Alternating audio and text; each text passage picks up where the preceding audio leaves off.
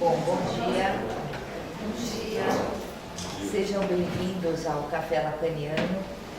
O tema de hoje é bastante instigante, né, porque nós temos aqui duas convidadas que vão falar sobre, né, a obra do diretor Pedro Almodóvar. Né? Eu queria então apresentar a Roseli Jimenez, né? Autora e especialista, né? Doutora em semiótica, e ela escreveu o livro Psicanálise e Cinema, o cinema de Almodóvar sobre um olhar lacanianamente perverso. Vocês encontram esse livro aqui na livraria. Assim como a Ana Lucila Rodrigues, psicanalista, que escreveu também um livro que se chama Pedro Almodóvar e a Feminilidade.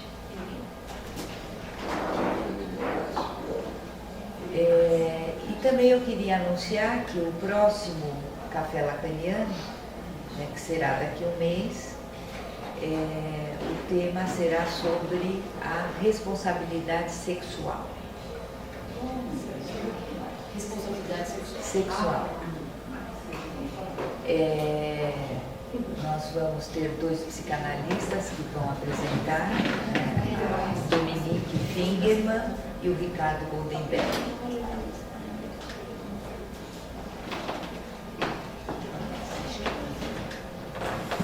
Bom dia a todos, agradeço o convite ao servidor de poder estar aqui hoje. Um convite especial porque ele estava na minha banca de defesa do mestrado, né? Então é um trabalho que eu já conhecia, enfim. E o livro nada mais é do que a dissertação do mestrado, né? Bom, pessoal, quando a gente fala de Almodóvar, é extremamente complicado. É um universo assim, extremamente grande, né? E a gente sempre tenta fazer o melhor recorte, e vão ficar sempre coisas a serem ditas, faladas. As obras dele também cabem várias interpretações, como todos os filmes, né? Mas a dele, pela quantidade de personagens que ele tem, pela quantidade de histórias, né? Porque ele vai ramificando essas histórias o tempo inteiro. Então é uma profusão de coisas a serem ditas, interpretadas, enfim.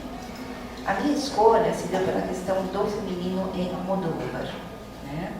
A gente conheceu um pouco essa construção das personagens femininas dele. Outro dia eu dei uma contada, por curiosidade, em quantas personagens, né? O que eu contei deram umas 70, né? Fora os curtas, né? Que a gente não tem acesso, que ele recolheu esses curtas-metragens, né? Então é uma quantidade imensa, né? E se a gente voltar um pouco para a história de vida do Almodóvar, a gente vê isso extremamente inscrito já na vida dele desde criança. A obra e a vida do Almodóvar, elas estão sempre intercaladas, não que isso não aconteça com outros diretores, né? Mas com ele, até pelo fato dele filmar só na Espanha, né? As duas cidades sempre escolhidas, Madrid, Barcelona, ou aquelas aldeias que a gente vê em Volver, por exemplo, né? Ele é muito arraigado a esse sentimento nacionalista dele. Então, assim, Almodóvar veio de uma família extremamente pobre, né? Eles trabalhavam com transporte de vinho, né? Ele é o filho mais velho, tem duas meninas à frente, vem ele, depois o Agostinho, o irmão dele, que a gente conhece, que está sempre aparecendo. Como eles eram pobres, a mãe do Almodóvar teve a brilhante ideia de dizer: meu filho, como você tira notas altas na escola, né, para a gente ganhar um dinheirinho extra no nosso orçamento, você vai começar a escrever cartas, né, porque imagina, ambiente de aldeia, as pessoas ainda tinham cartas, né, então as pessoas recebiam, mas elas não sabiam ler, né?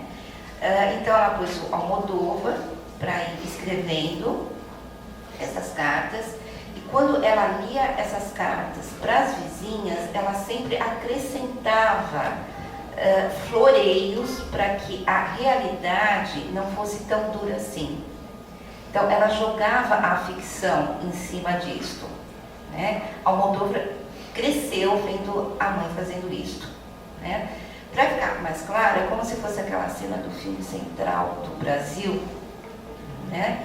É bem típica e o próprio Almodóvar cita este filme quando se refere a esse fato, né?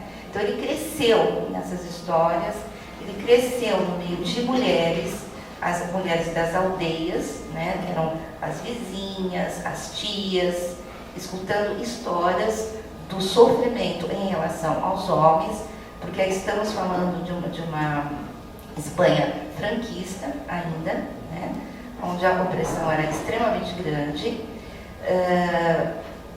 Então, este foi o habitat dele, né? Fora isso, ele começou a frequentar o cinema aos 8 anos de idade. E quando fazia muito frio, ele levava meio que o lampião para se aquecer. Mas ele assistia várias sessões de filmes todos os dias. Foi aí que ele entrou em contato com os cineastas do cinema clássico. A gente vê uma forte influência, né, principalmente nas mulheres, né? Se lembrarmos de Volver, por exemplo, né? Ela é caracterizada por uma mulher do cinema clássico, a Kika, né? Então, sempre essa leveza, né, que o cinema clássico trazia. Então, a influência foram as histórias dessas mães, dessas tias, dessas vizinhas. Além disso, ele tinha 2 irmãs também. Nessa convivência, quando ele ia ao cinema e ele chegava em casa, ele contava para as irmãs a história do filme, mas sempre acrescentando elementos novos. Ele nunca contava a história em si.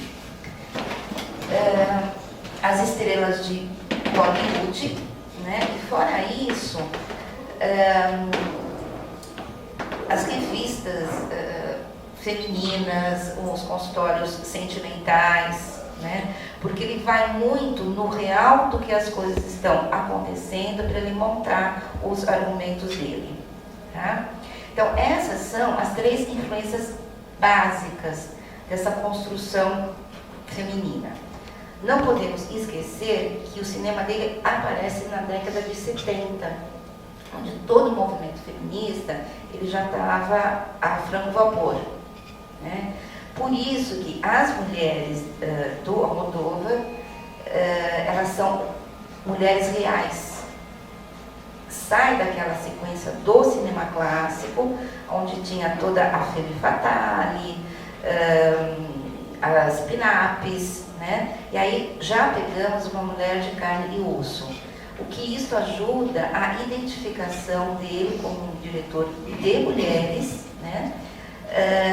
E o fato da identificação como a espectadora. Então ele traz situações do cotidiano, né? Traz os conflitos femininos o tempo inteiro. E a meu ver, é uma coisa que eu não pesquisei mais a fundo, o Almodóvar segue também um pouco, ele tem um tom hitchcockiano, né, na construção das personagens femininas. O Hitchcock tem a loira, né, que é fria, gélida, né, tem a mulher boazinha, que é sempre a morena, né, e a velha senhora. Né? Então, encontramos nos filmes dele muito essa questão. Kika, por exemplo, né? Ela é tida como a mulher boazinha. A Cara Cortada, que é a antagonista dela, né? Ela seria as mulheres gélidas de Hitchcock, a mulher má, né? E as velhas senhoras, né? Porque a mãe dele... As Bette Davis. Isso, as Bette Davis. A mãe dele participou de muitos filmes dele, né? Assim como papéis coadjuvantes, enfim, dessa presença das velhas senhoras. E que até hoje a gente encontra nesse último filme dele, né? A mãe, né? do Antônio Bandeiras e do maluquinho lá do Tigre, né? Que é uma constante. A mãe dele era muito curioso, porque ela morava em uma aldeia, né? O motorista ia pegá-la para rodar aquela cena. Quando ela acabava a cena, ela queria o cachê dela, que tinha que ser dado na hora. O motorista a pegava e a levava para a aldeia outra vez. Né? Então, assim, isso é um pensamento meu, né? Não pesquisei mais a fundo. Lógico que no Almodóvar tem uma proliferação de personagens femininas, né? Proliferação essa que a gente percebe lá na infância dele, né? Porque é um contador de histórias, né? O tempo todo e, consequentemente, de personagens, né? Portanto, as mulheres de Almodóvar, elas ocupam posições e cargos muito importantes na sociedade. Então, a gente vai encontrar advogados, donas de casa, jornalistas, escritoras. Então, ele dá um lugar muito sólido para essas mulheres.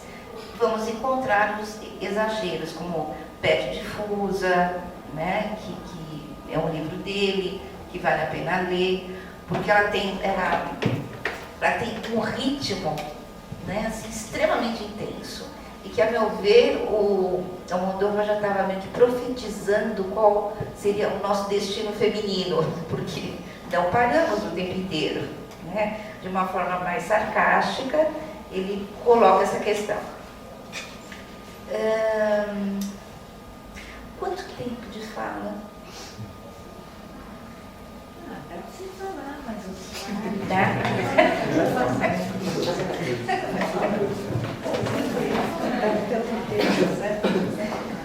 Bom, então assim, as personagens do Almodóvar, né, elas giram em torno disso.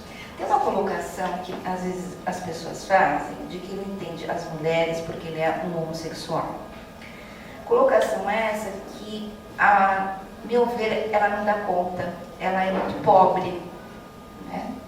Porque se pensarmos nessa infância toda, né, nessa vivência, nessa experiência, e o cinema do Almodóvar é experiência pura, né? A gente se dá conta que essas marcas já estavam lá atrás, né? Existem outros diretores homossexuais que não lidam com as mulheres, né, da forma como ele lida.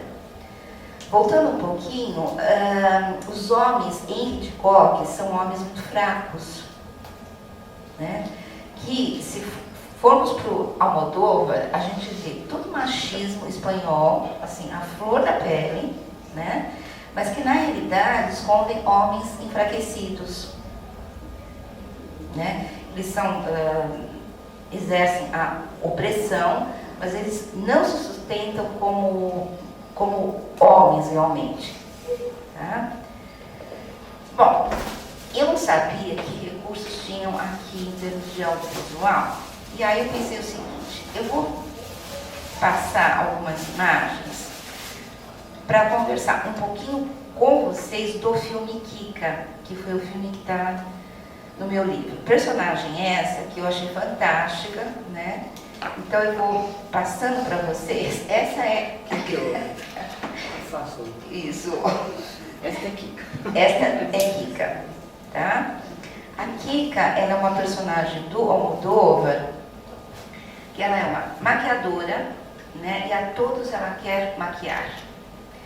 Ela é o puro verbo, né? Extremamente otimista, né? Segundo Almodóvar, é a única personagem maniqueísta dele, né? O filme também. Então ela seria a menina boazinha, digamos assim, a mulher batalhadora, independente, que quer ter o seu negócio de maquiagem.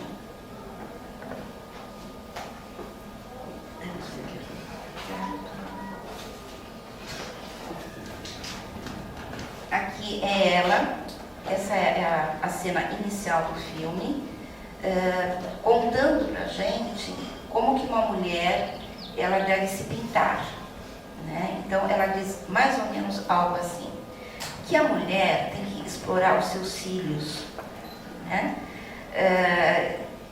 Para refletir os seus olhos, né? Então ela dá uma lição, porque senão as mulheres ficam caídas com o olho de um cão esprêmicho, né? Aquela orelhinha, né?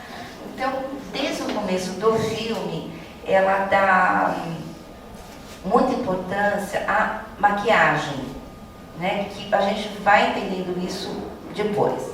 A Kika se casa com Ramon.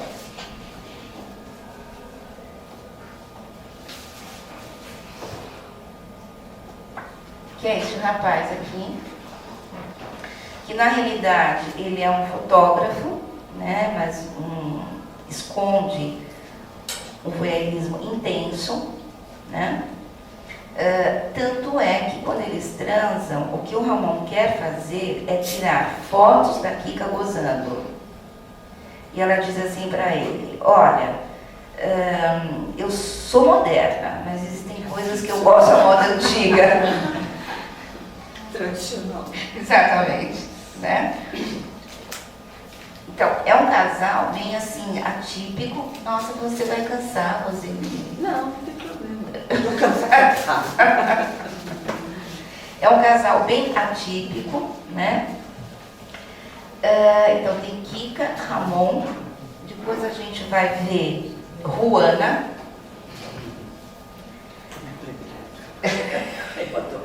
Que é a empregada lésbica apaixonada pela Kika, né?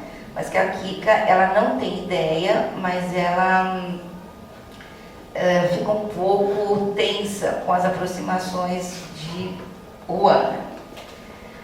Veja, aqui a Kika está maquiando a Juana, né? Então, mais uma cena de maquiagem. E a Juana diz algo assim, depois que a Kika a maqueia, ela diz algo assim: bom, a minha patroa, ela me travestiu.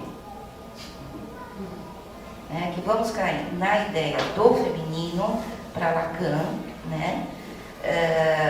Para Judith Butler, que é uma filósofa, ainda iniciando o seu trabalho bastante polêmico, né? Que ela vai dizer o seguinte, tanto como Almodóvar diz, isso daí na obra inteira, de que o sexo é performático, né? A gente não tem uma identidade sexual que seja fixa. Então, toda vez, por exemplo, que nos maquiamos, que nos olhamos no espelho, nós estamos reafirmando a nossa identidade feminina. Então, isso é atualizado o tempo inteiro, que é o fio da obra do Almodóvar. Ele jamais traz sexualidades fixas, né? Existem aqueles personagens que ele escolhe para mostrar esse performático na identidade sexual, tá? Por quê? Não é porque nascemos mulheres ou nascemos homens, né? Que temos a plena segurança de que vamos ficar com essa identidade para o resto da vida, né? E a vida mostra isso. E o Almodóvar faz constantemente esse jogo das aparências, né? No último filme dele, eu acho que isso fica extremamente claro, né? Mais do que nos outros filmes, né? Então, a Kika traz aqui um trabalho, né, dizendo, né, e vivendo essa inconstância da sexualidade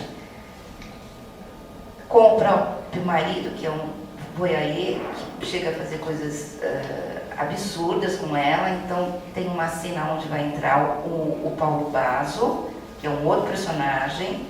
O Paulo Basso é um estuprador, que é irmão da Juana, e ele saiu de um hospital psiquiátrico, e aí ele entra na casa da Kika com o consentimento da irmã, e aí eles bolam um plano para roubar as máquinas fotográficas do Ramon, para ele ter grana, dinheiro, enfim. Só que ele resolve aí tirar o, como é que eu diria, o recorde dele, né? Então ele quer gozar com a Kika 3 vezes em seguida. Então esse é o projeto dele com a Kika. Esse estupro demora 20 minutos. É o estupro mais longo do cinema. Maior do que Irreversível? Como? Irreversível? Eu não sei, querido. Esse filme... Eu acho Você acha que nesse é sentido mais? mais simbólico aqui do filme, o Almodóvar é mais longo pela pressão que causa. Não sei se Não longo pela em intensidade, tempo cinematográfico. Né? Porque ele faz... Aí eu não sei realmente. Tá? É pesado. O Kika não. É. É leve, é bem humorado, assim, né? Vamos dizer. Então, acho que o tempo passa até mais suave do que em Irreversível, né? Porque aqui a gente dá risada, né? Porque ela quer tirar um estuprador de cima dela e ela tenta negociar com ele o tempo inteiro, né? Então ela finge que já teve orgasmo, por exemplo, né? Para ele conseguir ter o terceiro orgasmo que ele quer tanto, né? Então ela geme, né? Aí tem uma hora que ela fica brava, né? Sai de cima de mim, sai de cima de mim.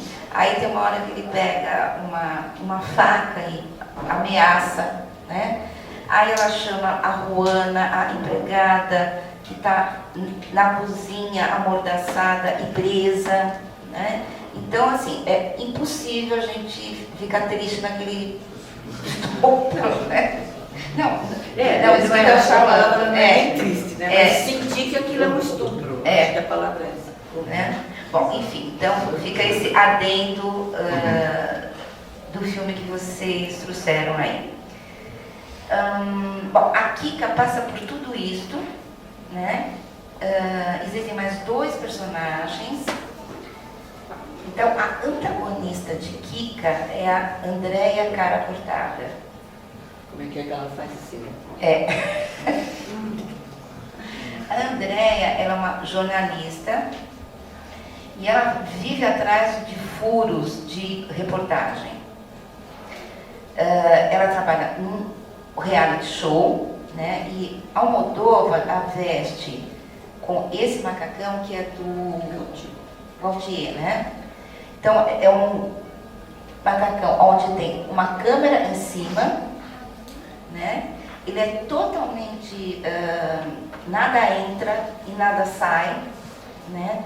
Que lembra um pouco aquele macacão da Angelina Jolie, que é aquela pele, né? Onde são roupas justas, mas são roupas sem sensualidade, né? Tem algo hermético ali. Ou um outro vestido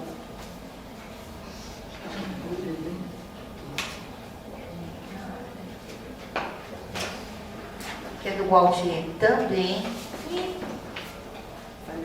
falhou, que é um vestido preto, longo, né? Esse vestido, ele tem seios, né? Que a gente pode pensar em objetos parciais, né? Mas seios à mostra, que são próteses, né? Então assim, você olha, é um vestido lindíssimo, né? Só que o figurinista, ele foi pondo coisas em cima, né? Onde ele se torna extremamente tétrico, bizarro, né? Então, a Kika é retrô dos anos 50, as saias rodadas, o vermelho, uma bolsa imensa dela vermelha, né? E a Andrea, ela é totalmente hermética, né? Então, é uma diferença muito grande. A Andrea, ela quer sucesso, então ela passa em cima de quem precisar para isso. Tanto que este daqui é o Nicolas, tá? Que é padrasto do Ramon. Esse padrasto, ele volta para a Espanha, e na Espanha ele tem uma casa, e o Cali, né? Nessa casa ele matou várias mulheres e enterrou todas elas no quintal da casa, tá? E a Kika, ela não sabe disso, a cara cortada descobre, vai até a casa, né? Chegando lá, tem uma briga fálica entre o Nicolas e a Andrea, cara cortada, tanto que no final eles se matam, né? O que mais que eu ia falar da Kika? Tá, então, uma retrô, a outra totalmente hermética, que é esse antagonismo que o Almodóvar ele vai dando para as personagens femininas. Tanto que quando eu falo da Kika e da cara cortada, eu quase sou linchada. Porque quando eu digo assim, tem uma identificação atual com a cara cortada. Hoje, né? E quando eu digo de uma mulher fálica, o pessoal fica puto comigo assim, de discussões, entendeu? Então, a defesa maior é pela cara cortada, né? E a Kika, enfim, até hoje ninguém defendeu a Kika. Tá? Gente, eu estou preocupada com o tempo, eu vou dar uma paradinha aqui, aí a Roseli entra, depois a gente abre, tá bom? Bom, bom dia, já quase boa tarde para vocês, né? Eu também agradeço imensamente o convite da Fanny, do Oscar Cesarotto, e faço aqui um recorte importante no meu biografema, porque eu não sou psicanalista, né? E essa ausência desse sintoma é importante na minha fala. Todo o meu percurso de pesquisa em relação ao Almodóvar, ele está numa linha que se intitulou Semiótica Psicanalítica, lá da PUC, do Programa de Comunicação e Semiótica. À época, já há um bom tempo, não é? Esse centro de estudos em psicanálise e semiótica, o CESPUC, foi cofundado, mas idealizado por Samira Chalhoub, a quem eu faço sempre, rendo sempre as minhas homenagens, né? Valéria está aqui também, é dessa época. E dentro desse conceito de semiótica psicanalítica, eu entrei na psicanálise, eu estava na semiótica e entrei na psicanálise.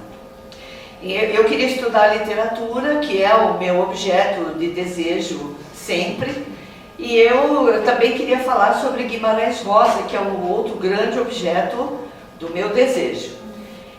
Mas depois, dentro da semiótica psicanalítica, eu conheci Lacan, e a linguagem e o inconsciente estruturado como linguagem. Eu falei assim, nossa, esse cara e Guimarães Rosa, eles vão render uma boa conversa. E assim surgiu A Menina de Lacan, um conto rosa, uma brincadeira no título, que é A Menina de Lá, o conto do Guimarães Rosa, entendido assim pela estrutura lacaniana. No caso desse A Menina de Lacan, um estudo um pouco da psicose que aparece nesse personagem. E trabalhando essa questão da literatura com a psicanálise, eu descobri Almodóvar. Na verdade, eu estava lá na ECA fazendo com o Peñuela um curso sobre cinema e entrou exatamente Almodóvar e Fassbinder. Eram os dois cineastas daquele momento. O curso era dado pelo Peñuela e pela Bernadette Lira. Naquela época, para vocês terem uma ideia, ninguém sabia quem era Almodóvar, nenhum filme dele havia passado aqui no Brasil.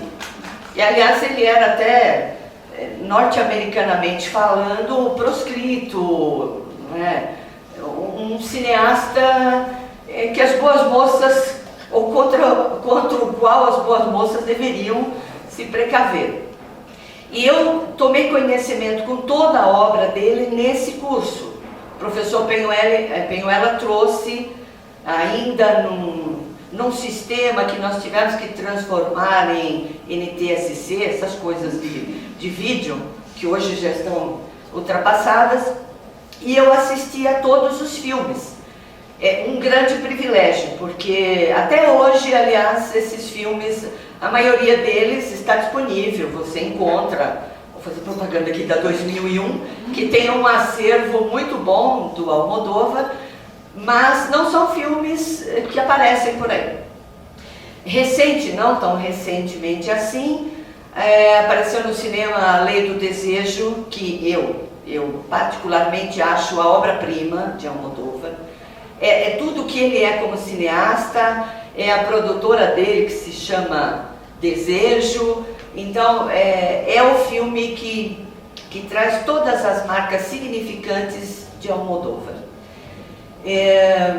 Bom, depois disso, acho que principalmente depois das Mulheres à Beira de um Ataque de Nervos, bom, todo mundo sabia quem era Almodóvar. Mas já eu chamo de um Almodóvar amansado. Um Almodóvar já, não é? Enfim, a plateia pode ir ao cinema e sem muitas questões.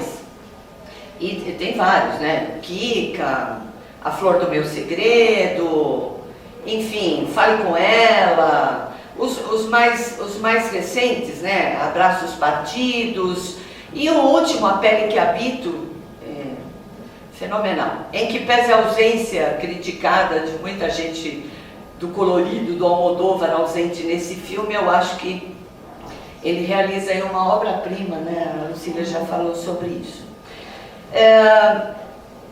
Há um recorte, a Lucília fez aí um apanhado da biografia do Almodóvar e eu aproveito para transformar isso em biografema, não é?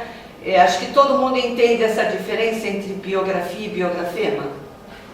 Já ouviram falar as duas coisas? Bom, eu acho que biografia é bastante comum. Aliás, a gente vive uma época de biografias, né? Todo mundo quer falar de alguém, enfim, o próprio Roberto Carlos tem criado polêmicas acerca do autor que quer fazer a sua biografia.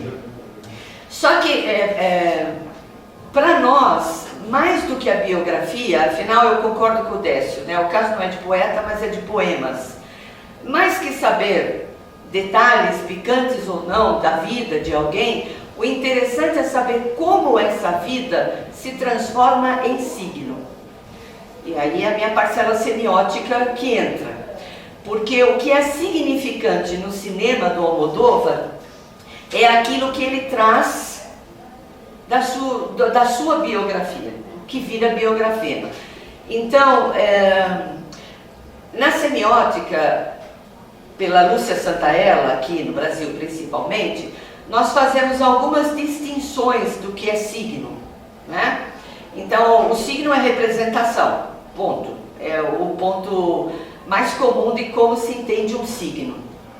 Mas quando você olha para o cinema do Almodóvar, o biografema dele se transforma nesses signos. Então, que é talvez o mais conhecido, é aquele signo da cor, não é? Vejam que interessante, o meu livro é todo vermelho, O livro da Lucila tem o título em vermelho. Então, o vermelho é, por excelência, muitas vezes em Almodóvar, quase uma cor kit, que beira ao escracho. Então, este é um elemento da biografia que se transforma em biografema, em traço, em marca do gesto. Marca do gesto é aquilo que faz com que você reconheça a autoria significante de um autor. Também aquela diferença entre autor e autoria. Autor Almodóvar é um, a autoria significante de Almodóvar é o que nos interessa. Então, a gente pode pensar várias coisas dessa qualidade, deste signo primário, não é? Ou de um ícone que está na obra de Almodóvar. Este vermelho. Então, esse vermelho pode ser o das touradas. Esse vermelho pode ser o sanguinolento vermelho da era franquista, em que o próprio Almodóvar diz: eu nasci numa época difícil, mas numa época excelente para fazer cinema. Então, esse vermelho também está em alguns traços marcantes em suas obras, como as imagens religiosas, que se notabilizam pelo vermelho, aquele coração imenso de Maria, não é? Aquelas cruzes, aquelas flores, então, esses elementos que são do kit, mas que realizam este signo vermelho na obra do Almodóvar. Um outro traço, a Lucila explorou e explora no livro, a questão do feminino, estas mulheres que da biografia pulam para a obra. Então a mãe, estas irmãs, aquelas mulheres das aldeias, elas acabam assumindo dentro da obra essa tricotomia que a Lucila bem apontou. Você tem a velha senhora, muitas vezes representada pela própria mãe do Almodóvar, e outras mulheres que são representações aí simbólicas de mulheres que existem. Aquilo que o próprio Lacan e a Lucila aponta no livro, né? Essa mulher existe. Né? A mulher não existe, mas essa mulher, essa Kika, por exemplo, é uma mulher que existe, que quer dar conta do seu desejo, que deixa muitas vezes que este véu, que esta maquiagem lhe seja tirada, como no momento do estupro, em que ela está sem maquiagem, não é? Para transparecer isto que, enfim, é o ser mulher. Outras marcas significantes, que são também biografemas, partindo da biografia. O Almodóvar foi ator de teatro. Ele tinha uma banda de rock, underground, saído lá da movida madrilenha dos anos 60, 70. Ora, o que vai acontecer dentro do filme? Este ser ator, desmistificando o papel, ou o que é personagem, é colocado. Então, você tem, em vários dos filmes, a presença da banda, que é a banda do Almodóvar com o McNamara, ou Namara, sei lá. Então, eles tocam. Naquele momento, eles não são mais só atores, nem só personagens. É o que a gente chama, na música, a ocorrência da diégese, não é? Então, você não tem a música como pano de fundo, a música de elevador, que a gente chama, mas é a música narrando e é parte daquele cinema. O primeiro filme, o longa, né? O primeiro longa, Pepe no Cibon e outras chicas de Bonton, traz a cantora Alaska, que é cantora, ou era, ao menos, né? E ela aparece no filme não só cantando, mas aí ela se transforma numa das 3 personagens do filme. E ela encarna como ninguém um outro traço significante, que é o da música na Espanha, que é muito forte. Parte dessa música pop, rock pop, do traço do próprio Almodóvar, ela vai desse tipo de canção ao bolero. Não dá para pensar a Espanha, por exemplo, sem pensar o bolerão, né? Espera-me em cielo, não é? Aquelas músicas assim que fora desse contexto dos filmes do Almodóvar, a gente chamaria no mínimo bregas, pra lá de kitsch. Dentro do filme, diferente, porque ela narra também. Por exemplo, no filme Matador, essa música vem como um leitmotiv, ela vem aparecendo, né? Espera-me em cielo. Até que na derradeira, na última cena, os amantes matam-se, é uma morte mútua, e a música, ela aparece, não é? E não é só isso, aquele imenso tapete vermelho, os amantes ao centro, ela tira aquele garfo pente, crava nas costas do amante, e ao mesmo tempo ele a enforca. Então, a morte como goza mais, goza tudo, né? No máximo do momento, que é a morte do mais gozar mesmo.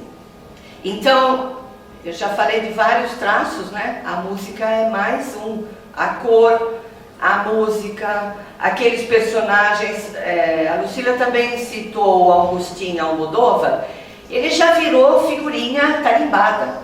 A gente sabe que ele estará sempre num filme de Almodóvar.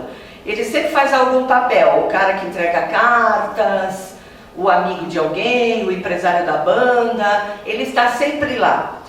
E o próprio Almodóvar, que quando entra em cena, claro, né, todo o olhar do filme corre para a figura dele. E em alguns filmes, por exemplo, e acho que quase em todos, soa a ironia ao que é engraçado. Por exemplo, eles fazem um concurso dentro de um filme, né? E alguém de voyeur está filmando e observando essa cena, e o concurso é quem tem o maior pênis do pedaço, né? E o próprio Almodóvar está nessa cena.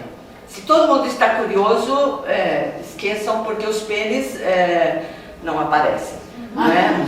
Só a ideia de que aqueles pênis sejam os pênis, ou o falo por excelência masculino, que, como a Lucília bem observou, é sempre fraco dentro do filme. Esta questão do voyeurismo é um outro traço significante do cinema do Almodóvar. Bom, não sei, também não me interessa saber das preferências sexuais do Almodóvar. Mas, sem dúvida, o voyeurismo é uma das marcas significantes. Em Kika, por exemplo, está por todo lado. Buraco da fechadura, os espelhos da maquiagem. Se pode dizer assim, um dos traços que marcam a questão da perversão na obra do Almodóvar. Quer dizer, vocês vão dizer, mas o voyeurismo é uma perversão?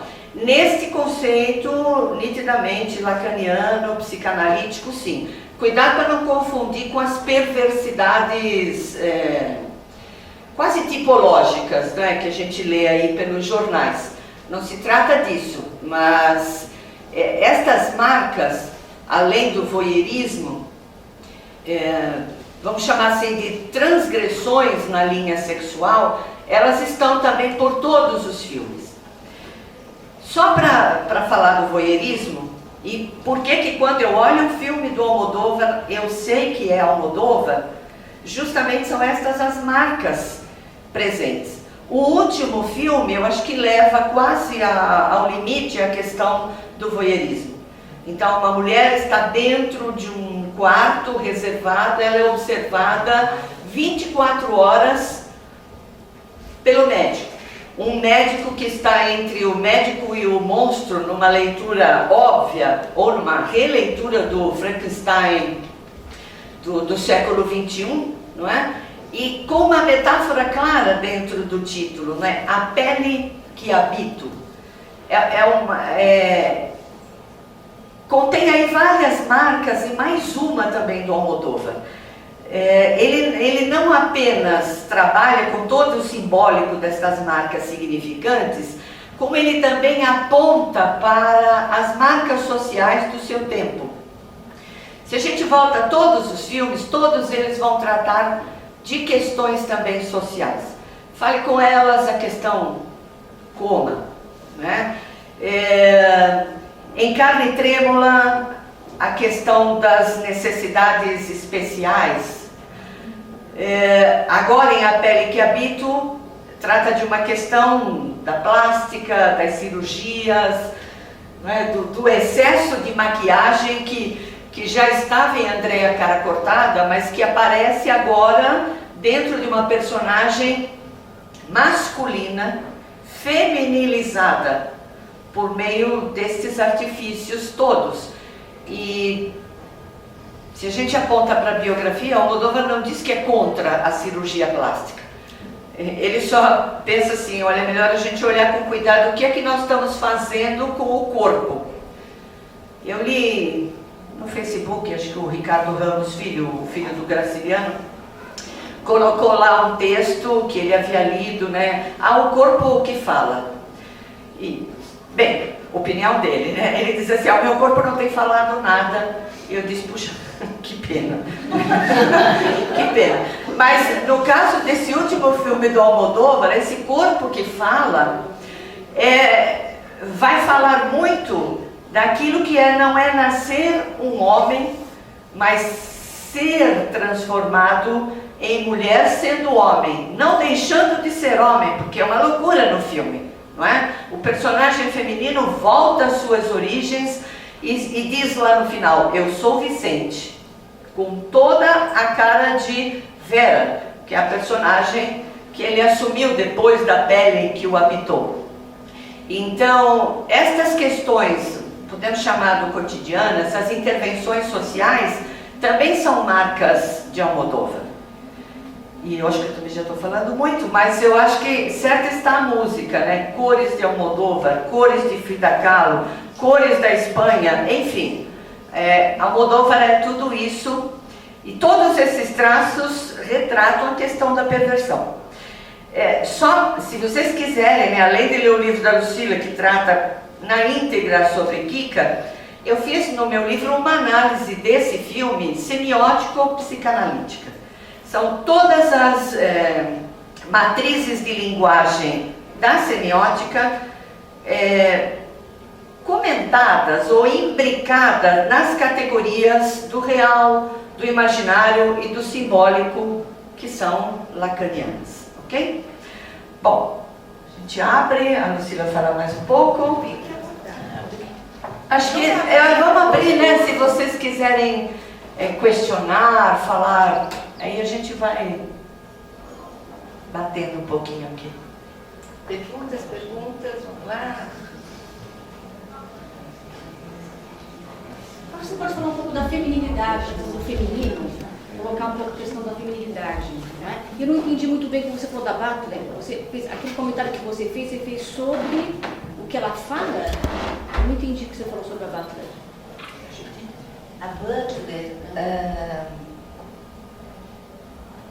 eu falei sobre a questão da performance. Ah, sim. Né? De que para ela a identidade sexual, né, ela é reafirmada todo o tempo, ela não é fixa. Então, se nasce mulher... E você concorda com isso? Eu não entendi o comentário que você fez. Você concorda, discorda? Você quis trazer isso porque faz parte da análise que você faz sobre o feminino, sobre a sexualidade? Eu não entendi muito bem como você coloca a Butler aí no discurso psicanalítico. Sim. Tá? Então, vamos lá. A Butler, ela sugou de Lacan, né? Simone de Beauvoir, Hegel, Heidegger, né? Então, a teoria dela é muito nova, né? Ela é considerada, às vezes, um tanto maluca, né? Mas, enfim, ela tem coisas interessantíssimas. E para o Lacan, né, a sexualidade feminina, ela é performática o tempo todo, né? Que parte daquela história que é uma questão de tornar-se mulher, né? Então, Existem as posições diferentes que vieram após Freud, porque Freud trazia a questão anatômica, né? E perguntava o que é uma mulher, né? O Lacan entra e diz, tem que se perguntar o que é a mulher, tá? Então a Butler entra nisso porque ela tem uma leitura lacaniana muito parecida, né, com as ideias dela. Então ela foi até Lacan, né? A questão da mascarada deixa isso extremamente claro, né? Porque se mascarar de mulher, né, não é ser mulher. Aqui a Cara Cortada, ela vai acreditar nessa aparência feminina de que ela é mulher. E aí temos a questão fálica, né? A Kika, ela não está nem um pouco preocupada com ela, né? A Kika, ela exerce o semblante feminino muito tranquilamente. Então, entre uma personagem e outra, a gente poderia dizer que a Kika, ela está mais instaurada na feminilidade e a Cara Cortada mais na histeria.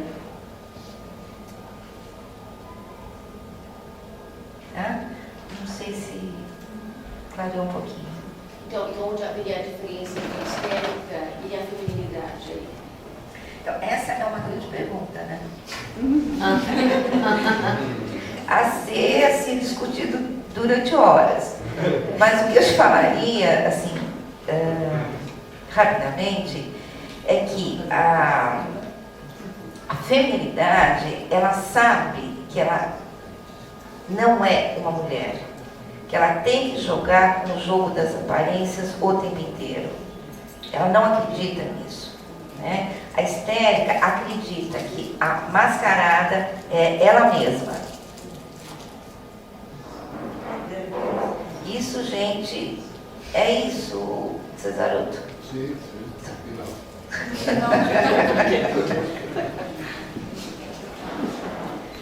Isso daí, inclusive, eu trabalho menor aqui no vídeo. Por que eu disse? Aí a gente tem que recorrer ao conceito de véu, ao conceito de mascarada, ao conceito de semblante, né? Então, de uma forma bem grosseira, seria essa diferença. Então, Roseli, pode falar um pouco da perversão, então? Não,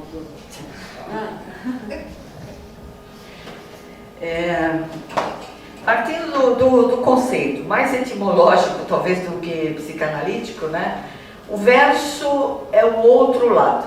Então, o ele percorre, né? Ele atravessa este verso, ou o lado do avesso, ou o avesso da psicanálise. A biografia de Almodóvar marca aí outro traço de biografia. O fato dele ter sido criado, envolvido neste período franquista, transformou a obra dele, a obra em si, já numa estrutura perversa. Então, a esta lei do pai, o generalíssimo Franco, eu perverto essa lei, eu escancaro esta Espanha máscula, não é? Esta coisa forte da Espanha. Então, eu acho que por aí já existe a perversão. Por outro lado, porque tudo tem que se ligar ao período histórico, não tem como fugir disso, dos primeiros filmes do Almodóvar. Isso que eu falei a princípio, que ele ficou proscrito, né? Então, hoje todo mundo aceita Almodóvar. Eu não sei se assiste ao filme sem incômodos, né? é possível. Eu acho que essa é uma questão. Eu tenho dúvidas ainda se ele se desligou completamente das questões de perversão. Então, partindo desse princípio da perversão, de colocar-se no lugar de uma outra coisa, você tem este feminino, né, que também trata de uma perversão, Você vê de mulheres glamourizadas. Eu estou falando no cinema, não é? Aquelas mulheres de glamour, heroínas, mas heroínas idealizadas à moda romântica, né? Ou bem romantizadas. Almodóvar mesmo diz, a Espanha demorou tanto para abrir-se para o mundo que o realismo do cinema passou e eles não perceberam. Então aquilo que o Visconti faz no cinema, o que o realismo italiano fez no cinema, a Espanha perdeu o bonde da história. Então, por conta disso, não fazia mais sentido desmistificar aquelas mulheres glamourizadas e colocá-las como no realismo italiano elas aparecem, simplesmente como o mais próximo do real que fosse possível. Então, Almodóvar precisaria simbolizar essas mulheres, né? Nem realizar, e nem talvez criar este perfil imaginário que o cinema, por excelência, possui. Mas ele teria que simbolizar. E nesse sentido, eu acho que ocorre aí mais uma perversão. Porque, vejam que em Kika, todas aquelas posições sexuais, não é, ditadas por uma certa moda feminista, são cansativas. A própria Kika, que dentro do filme parece absolutamente morna, sem graça, ela vai dizer exatamente isso. Olha, tá bom, né? Nós passamos por todo este período, por toda essa emancipação, mas vamos devagar, né? Somos simplesmente mulheres. Então, para mostrar esta mulher, que é a mulher mais realista do realismo italiano, ele precisa simbolizar todas as outras. Então não é só a cara cortada que entra para mostrar que este símbolo maniqueísta, midiático, existe. Mas várias outras mulheres, né? Quando a gente assiste a Mulheres à Beira de um Ataque de Nervos, ali, aquela mulher histérica, né, que faz todo aquele dramalhão que beira o mexicano, que faz uma bebida para os homens beberem e caírem todos desmaiados, ela é uma tentativa de mostrar esta mulher que só é possível ser vista pela perversão. Não que em Mulheres à Beira de um Ataque de Nervos a personagem seja exatamente dessa natureza, mas outras coisas aparecem, né? Por exemplo, ser perseguida porque cultiva maconha no vasinho na janela, né? Ser perseguida, as mulheres principalmente, ser perseguida porque aquele homem policial com o poder que tem vai denunciá-la se ela não ceder-lhe os favores sexuais. Então, todas estas marcas dessas mulheres oprimidas aparecem de uma maneira pervertida ou talvez de uma maneira exagerada, típica de um barroco no cinema, né? que precisa aumentar a possibilidade da imagem para mostrar que opressão é essa dessas mulheres, ou pelo menos de toda a opressão que elas mostraram, né, ao longo da história. E já que eu citei o barroco, há uma coisa no cinema que é a continuidade, ou a edição, né? O cinema é por si um signo indicial, porque ele depende de uma máquina, né? de uma intervenção da máquina para ser realizado. Acho que hoje, talvez os games, né, Cesaro, estejam fazendo isso até melhor do que o cinema. Mas neste efeito de continuidade, Almodóvar faz uma outra intervenção também num processo de perversão, que é a descontinuidade, que é a quebra. Muita gente já disse, porque no começo ele não tinha dinheiro para fazer um cinema de qualidade técnica, então ele cortava a cabeça, tirava alguém de cena, alguém aparecia com um pedaço, um pé faltando. Então, estas ausências fotográficas foram chamadas de problemas técnicos ou problemas financeiros do diretor. Tanto não é verdade que ele continua fazendo essas coisas, não é? Essa descontinuidade que para o filme, marca uma cena, como entrando pelo buraco da fechadura, ou, me esqueci agora, o filme em Fale com Elas, em que o personagem se transforma em desenho animado e por um buraco da fechadura ele entra na vagina da personagem e ali ele vai criar um mundo diferente daquele que está aqui fora. É nesse sentido que eu falo, é uma descontinuidade cinematográfica, corta, coloca o quadrinho, o desenho, insere um outro filme naquele lugar e mostra como a mulher, mesmo que dormindo, e esse dormindo em coma também é muito metafórico, como ela é invadida por esse homem pouco viril, pouco fálico, até a gente diria. Que mais ainda em relação à perversão? Bom, muito se fala que Almodóvar é a perversão sexual. Eu não vejo exatamente desse sentido. Mas é fato, você pega em Tudo Sobre Minha Mãe, que é considerado aí um filme quase autobiográfico, Má Educação é outro. Mas em Tudo Sobre a Minha Mãe, você tem um pai transexual, uma pretesa freira que adquire HIV positivo porque faz sexo com esse transexual. Você tem um senhor com Alzheimer. Você tem um filho que é apaixonado por uma atriz de teatro.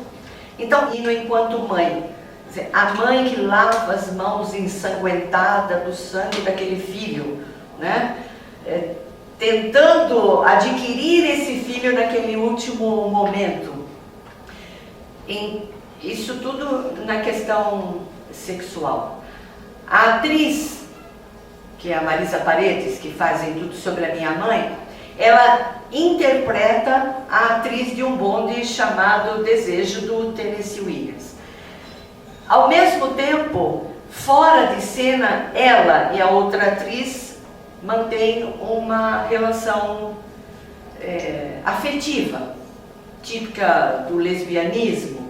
Então, Almodóvar, ele não tem nenhum receio de colocar todas as relações possíveis, afetivas, sexuais, e claro que isso é visto de uma maneira chamada perversão.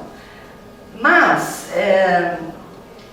existem outras perversões, Em Kika, o padrasto, o Peter Coyote, quando não vem o nome do ator, ou do personagem, não é o nome do ator, ele diz lá, matar é como cortar as unhas, não é?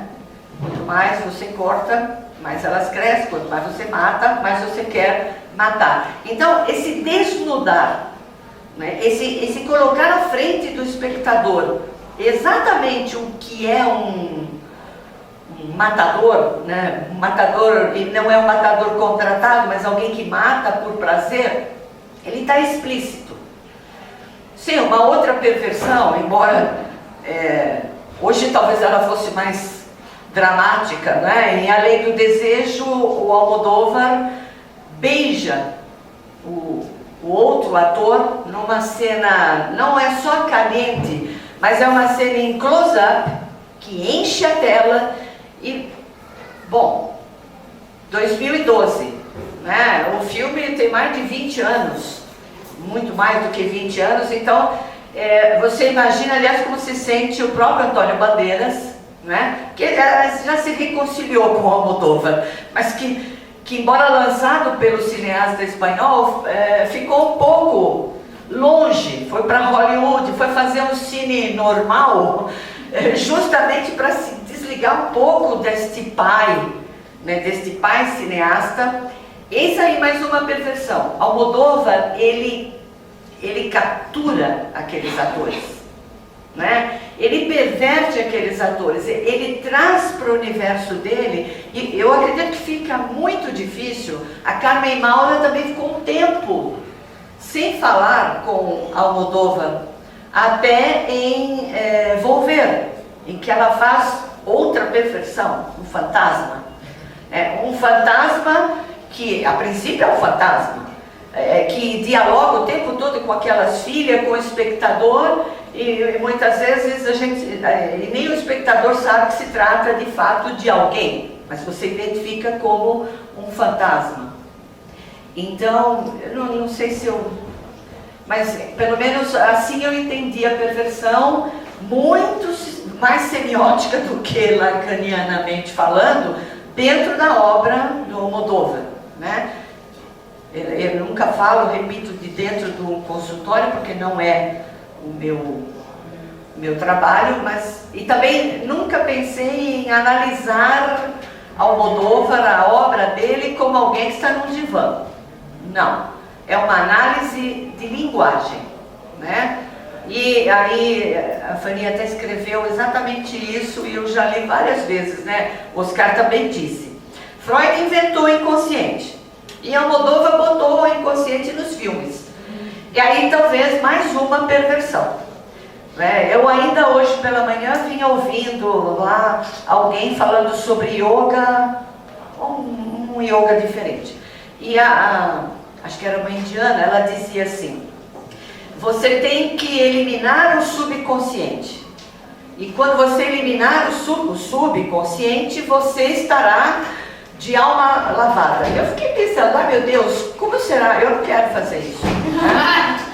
Eu não quero, nem o meu inconsciente que me deixe aqui. E aliás, só para encerrar essa questão da perversão, quando o Almodóvar esteve, entre várias vezes, aqui no Brasil, em 1995, eu fui à MASP, ele apresentava a Flor do Meu Segredo. E peguei a deixa no dia seguinte, a senha lá, para entrevistá-lo. A primeira pergunta que eu fiz para ele: você faz análise? Ele diz: nunca, jamais, nunca. Se eu fizer, eu paro de fazer filme. E aliás, o artista, de uma maneira geral, tem esse sintoma. Acho que o Woody Allen é a exceção à regra, não é? Não deixa, é uma outra perversão que se apresenta também, né? Ele foge da análise, porque ele só pode revelar o inconsciente dele nos filmes. E acho que ele faz isso muito bem, né? Quer falar da perversão também? Eu queria só dar uma entradinha e passar uma dica para vocês. Bom,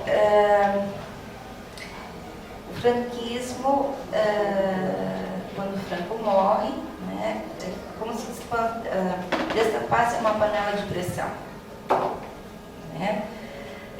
O que levou, né, ou quanto desejo não tinha de estar transgredindo, né, todo aquele regime, enfim. Paralelamente, assim, é uma outra coisa que eu tenho que observar, mas que eu não tive tempo ainda de debruçar em cima, é de que existe um outro cineasta, que é o Kikiduki. Né? Para mim, ele é o Almodóvar oriental. Né? E eles têm uma história de vida até muito parecida, porque ambos viveram nesse sistema de opressão. Nenhum deles fez escola de cinema, os dois autodidatas, né? Kikiduki pintou, então ele pintou nas ruas de Paris e se tornou um pintor extremamente ligado à arte, né? Então os filmes dele são verdadeiros cartões postais, né? A fotografia, ela é fantástica, não é? Só que, com referência às mulheres, o Kikiduki, ele é extremamente agressivo, né? Então, ele é um cineasta agressivo que consegue fazer poesia junto. Eu não sei direito ainda o que acontece com essa química dele, mas são filmes assim muito legais de se ver, que também traz o componente da transgressão, né? Existe um filme dele que esse sim, eu estou trabalhando no doutorado, que chama Time. Então, toda essa questão, até que você trouxe sobre a máscara, mascarada, né? Esse filme trabalha muito bem isso, né? De uma forma totalmente diferente do Almodóvar, né? Assim, diferente em termos de cenário, locação, né? Porque estamos falando do oriental aí. Esse filme conta a história de um casal, novos ainda, e a moça cisma que o namorado cansou do rosto dela e inferniza a vida deste namorado de tudo quanto é jeito. O namorado, ele é um... Você viu esse filme? Tá. O namorado, ele é um homem sensível, né? Dentro de toda a roupagem grosseira do pessoal de lá. E ele diz assim para ela: não, você está bem, eu não cansei do seu rosto. Várias vezes. Ela não se dá por convencida disso, né? Na Coreia, a gente encontra lugares para fazer cirurgia plástica assim, de uma intensidade muito grande, né? Então é como se você achasse em cada esquina uma clínica que faz cirurgia plástica, né? Bom, aí ela resolve mudar o rosto. Então ela faz uma cirurgia, né, onde ela se torna uma outra mulher. Esse namorado fica numa puta fossa, né, porque ele gostava dela do jeito que ela era, né? E essa cirurgia, ela acontece, assim, ela só vai ficar boa depois de 1 ano. Então, ela some da vida dele. Quando ela retorna, lógico que ele não a conhece, né? E ela tenta fazer com que ele se apaixone por ela, que não é mais ela, né? E traz toda essa questão também deste eu, quem sou eu, a identidade que se perde nisso, né? Bom, aí tem cenas assim bem engraçadas, que são de um componente de uma histeria muito forte, né? Chegando ao ponto dela mesma não se reconhecer quem ela é. Eu não vou contar tudo para não perder o... Tá? E aí o namorado resolve fazer uma cirurgia plástica no rosto também. É Time? Time, os amores no tempo contemporâneo, alguma coisa assim, né? Que eu acho assim muito importante, porque essa questão do rosto, desse transplante, ela está chegando muito próxima a nós. Esse filme dele é de 2007. Eu li essa semana uma reportagem de uma pessoa que foi ferida no rosto, teve um acidente, né? Foi um rapaz, né? E que este rosto ficou quase perfeito, né? Aquilo que era antes, né? Então a coisa está aí. E essa cirurgia, ela traz toda uma questão ética, né? Porque esses transplantes, se forem feitos em pessoas comuns, que não sofreram acidente, que estão cansadas daquele rosto, enfim, isso está ficando muito próximo. E o transplante é feito da pele de pessoas mortas. Né? Então, até por essa questão, Almodóvar, ele traz todas essas transgressões de uma forma mais lúdica, ele briga com a lei o tempo inteiro, né? Mas do outro lado tem esse outro cara que está falando de uma transgressão, né, muito séria, né, e que está muito próximo a gente. Né? Então, só para complementar, porque eu acho esse cara muito interessante, quando a gente fala de máscara, mascarada, semblante, né? Como é que fica isso tudo frente ao cinema do Kinky Duke?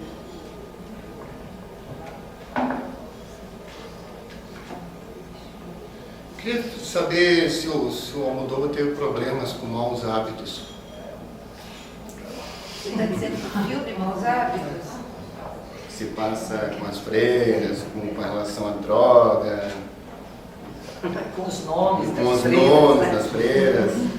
Olha, Almodóvar, essa primeira fase do Almodóvar teve problema sempre. Todos os filmes criaram problema. Você imagina, além da Espanha franquista, uma Espanha extremamente religiosa, né? Ainda religiosa, que dirá na época de Maus Hábitos. Aliás, se tratando de perversão, este filme também é perfeito. Soror víbora, Soror perdida. Uma delas tem como um bichinho de estimação um tigre, não é? Elas... droga o tempo todo. Aliás, o tráfico de drogas já está ali mais do que... Como está também tudo sobre minha mãe, não é? Aquela praça em que giram as pessoas em busca do sexo, elas buscam drogas também. Mas em Maus Hábitos, eu acho que a leitura religiosa transforma aquelas freiras em poetas, não é? Porque elas começam a ler obras, ou a tentar fazer poesia, ou a receber uma cantora. Então, é mais ou menos o que o cinema hollywoodiano depois fez com, aliás, com um nome parecido aí, que é o Mudança de Hábito. Não é que seja uma, imagina, né? Uma releitura de Almodóvar, nem pensar. Mas é uma incorporação contemporânea na brincadeira, leve. Mas eu acho que mais do que com Maus Hábitos, porque pelo humor, pela ironia, ele traveste todo mundo ali, eu acho que Má Educação criou mais desconforto. Por isso que eu falei há pouco, quando a gente pensa que o Almodóvar, estou bonzinho, né? Agora não vou incomodar mais ninguém, ele vem. A Lucília citou agora esse transplante, aliás, assim começa A Pele que Habito. Ele está dando uma conferência, ele está falando do transplante de pele. Bom, no filme ele fala que ele tira de animais, do porco, a pele. Mas fica evidente pela própria proibição da associação médica que aquilo não é permitido. Obviamente fica embutida ali a explícita ideia de que são corpos destituídos de vida que vivenciam esse novo corpo. E, aliás, para completar essa história dos cineastas pós-franquista, eu acho que a gente não pode deixar de falar do Carlos Saura, né? A trilogia do Carlos Saura com Antônio Gades, o dançador de flamenco, né, que morreu até há pouco, é algo impressionante. Só que o Saura faz a perversão de uma maneira quase filosófica, se é que se pode. Você não ri nos filmes do Carlos Saura. É ainda aquele ou quase ainda, né, ditadura, de uma maneira dura, presa. Mas eu acho que um trabalho sobre a perversão em Carlos Saura, fantástico. Eu revi há pouco tempo O Labirinto do Fauno, do Guilherme Del Toro.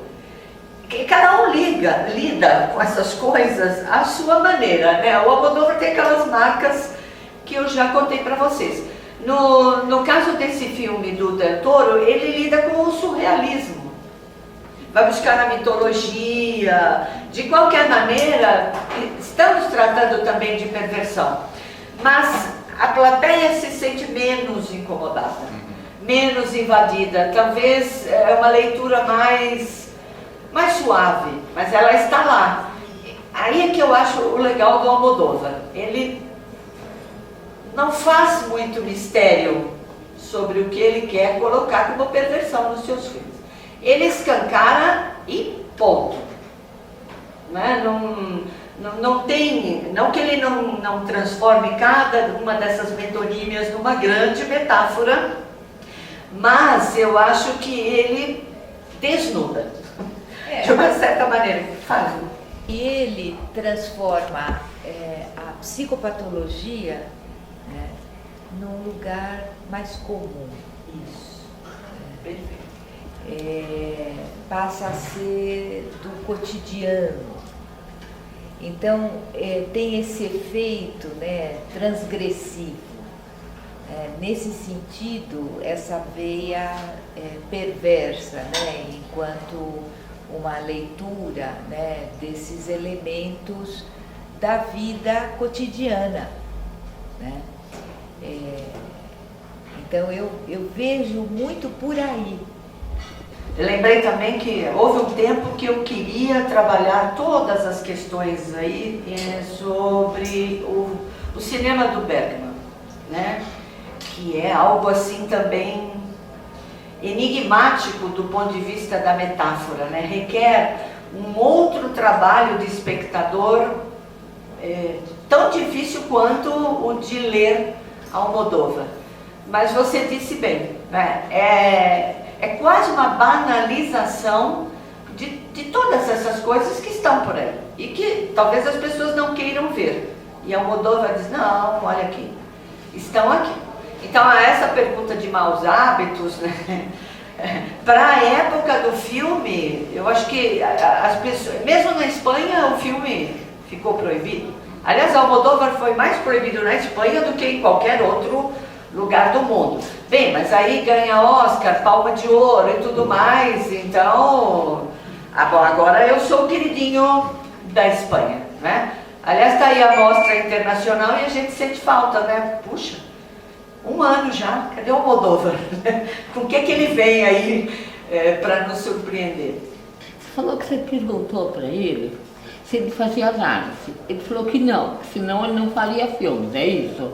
Isso. Deixa uma coisa, sabe o que me passa? Passa assim, um inconsciente todo mundo tem, tá? E por exemplo, quando ele falou assim, que pena que ele fala do corpo que você falou, certo? Olha, eu vejo uma coisa assim, o Almodóvar, ele joga no filme. Ele joga alguma coisa, o inconsciente dele é muito rico. E é como se ele falasse pra gente, se vira. Eu acho que ele sente uma coisa assim, unindo com a psicopatologia que ela disse. Eu acho que tem muito disso. Eu acho que ele joga, ele incomoda mesmo, ele quer incomodar. Ele é perverso, entendeu? Ele tira assim recortes da vida e joga pra gente. Agora, o que nós vamos fazer com isso? É uma interrogação. Ele não pode fazer análise, porque senão ele não vai fazer cinema.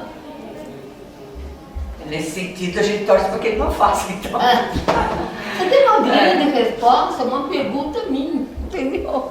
Como é que ele conseguia fazer tudo isso? É um inconsciente muito rico.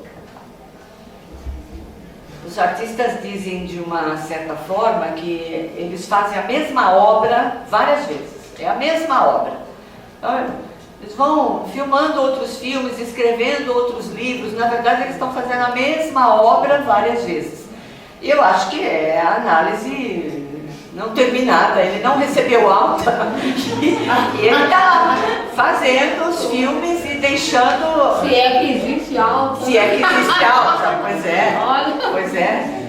Então... Deixa eu só falar uma coisinha.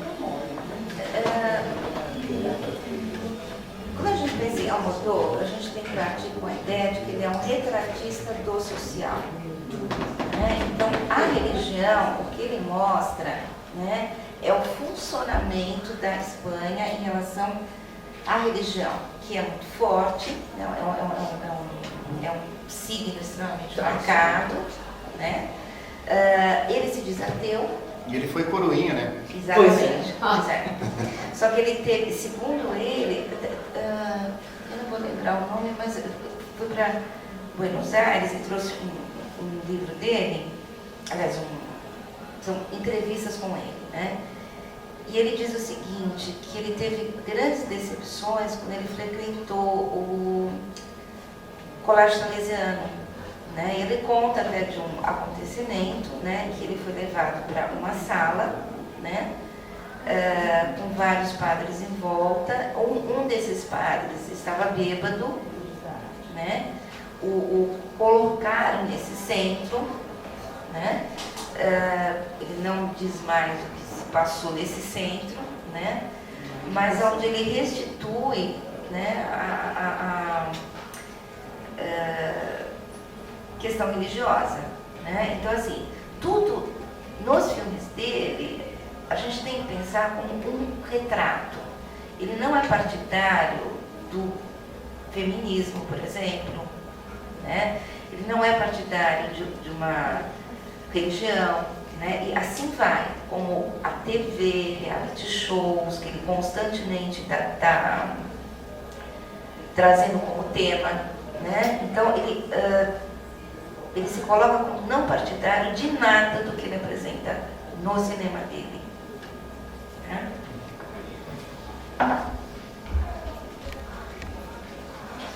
Essa história de ser partidário também é uma fase do cinema, segundo André Bazin, que é o chamado cinema de autor, que no caso do Almodóvar eu chamo um cinema de autoria, né? Mas é por isso que eu falei no começo, não é biografia, é traço significante, é leitura significante. Porque, aliás, eu vejo assim em tudo, né? A Valéria aqui presente também fez um livro lindíssimo sobre o Machado de Assis, com uma abordagem que é bem essa que nós estamos aqui tratando, né? E que traços são esses do Machado, significantes, que não tem nada a ver com a biografia, sei lá, aliás, até biografia chata, né? Como eu costumo falar, se eu encontrasse o Carlos Drummond vivo, saindo lá do seu emprego de funcionário público, eu ia falar, nossa, ai, né? Que chato, que coisa. Ou o próprio Guimarães Rosa, né? Que foi alguém ligado às relações internacionais, em ser embaixador, uma coisa toda que a gente costuma chamar de chata, não é? Em todo caso, acho que é um pouco isso que a Lucília está dizendo. Agora, quando cria, quando começa a poetizar, a levar ao que é significante para a sua obra, bom, aí a autoria se revela. Enfim. Estou pensando aqui que a gente só faz, pensando em Almodóvar, que a gente só faz o que a gente pode fazer. E aí, dentro do panorama cultural da Espanha, é bem compreensível, porque se você pensa no Guimarães Rosa, ainda brasileiro, quer dizer, uma coisa que não tem acesso à popular, não é popular, mas na Espanha você tem Cervantes, você tem Dalí, você tem Buñuel, você tem Carlos Saura, Buñuel, bem lembrado. Eu acho assim que é uma coisa muito legal, né? É possível fazer. É uma história. Você tem Picasso, que isso? Não é? Mais difícil fazer isso no Brasil, mais difícil fazer isso na França do que fazer na Espanha, não é? Fiquei pensando aqui, modestamente. Eu não sei se a gente diz coitado de nós, mas não sei. Eu penso assim, ao menos no cinema a gente tem Glauber Rocha, né? Que eu acho que mostrou que o cinema, no cinema,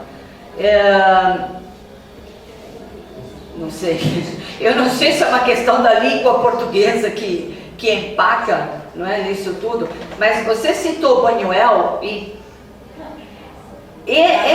eu acho que é um cineasta, por exemplo, da perversão como ninguém, não é? A Catherine Deneuve é uma atriz nos filmes do Buñuel, ela é outra atriz em qualquer outro cinema francês. E o Buñuel, aliás, escreveu, né, Um Jato na Contramão, em que ele analisa as películas do Buñuel. É uma obra que eu recomendo a minha leitura, é muito boa. E eu não sei, essa anterioridade, essa antiguidade de artista talvez tenha a ver também com a nossa infantilidade ainda, né? Nós ainda somos, ou vai colocando a público algumas construções pouco conhecidas, né? Um Gregório no Barroco do Brasil. Então, mas eu não Não é? fiz isso para fazer uma crítica. Não, eu entendi. Sorte deles, né? A questão da Espanha. Sim, completa, sem dúvida. particular, né? Sem dúvida. Mas eu entendi perfeitamente, né? Eu acho que a gente vai fazendo essa construção. Eu acho que a gente, no momento, até tem cineastas interessantes e muitas vezes criticados, né? Porque precisam fazer amarras. É o caso do Meirelles, né? Não só porque ele filmou a obra do Saramago, eu achei maravilhoso, o Saramago também gostou da cegueira lá. Mas eu acho que o último filme dele foi tão criticado, e eu não sei, eu gostei tanto.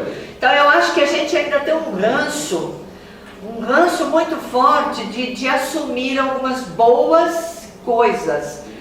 Aliás, eu aproveito para fazer um convite de uma boa coisa brasileira, né? Hoje tem... Posso, Ifani? Hoje tem lançamento do mais novo livro do Lourenço Mutarelli.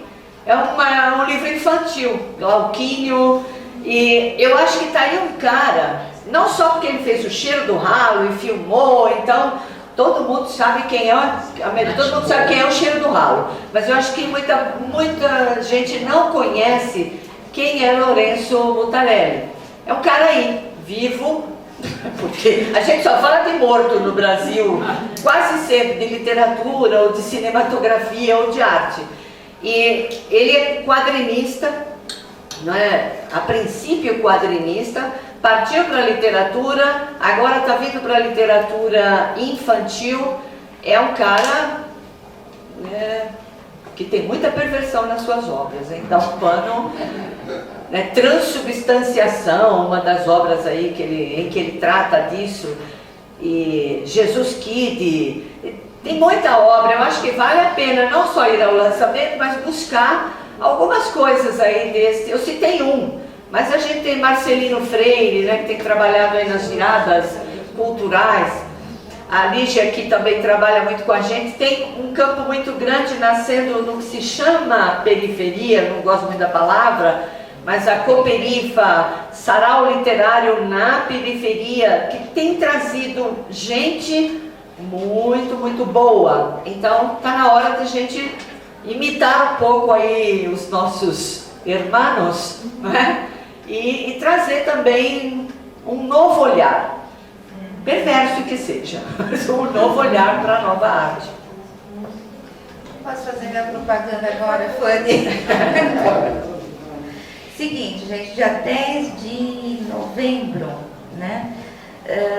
Vai acontecer a 4ª Jornada Paulista de Cinema e Psicanálise. As anteriores e essa também, elas são organizadas pelo Christian Dunker e por mim, né?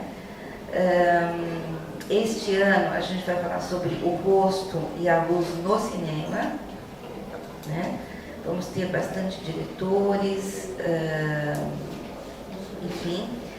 E conjuntamente, no dia 10, né, a gente vai ter o lançamento da coleção Cinema e Psicanálise, que é o resultado das 3 jornadas anteriores, né, onde nós conseguimos juntar as pessoas que falaram nessas jornadas, inclusive tem um texto do Cesaroto também, né? E conseguimos aí a duras custas formar 5 volumes. A duras custas até que foi bom, 5 volumes. Pensei que ela ia falar Não, inicialmente o projeto era 10. Por isso que... Tá ótimo. Né? Então, assim, na Livraria Cultura do Shopping Vila Lobos, o início é às 10h30 até 19 horas, né? Com intervalos, hora de almoço, enfim. E o lançamento vai ser às 19 horas. Só que dia 11 eu só consegui lançar o volume 1. né? Os outros a gente vai deixar para o segundo semestre de 2013, né? Se vocês tiverem afim, é um ambiente extremamente gostoso, né? A gente faz essa interlocução com psicanálise, produtor musical, diretores, cineastas, diretores de fotografia, críticos de cinema. Então, acaba deixando um encontro assim, bastante interessante. Bom? Então fica o convite para vocês. Pronto, já fiz. Tá?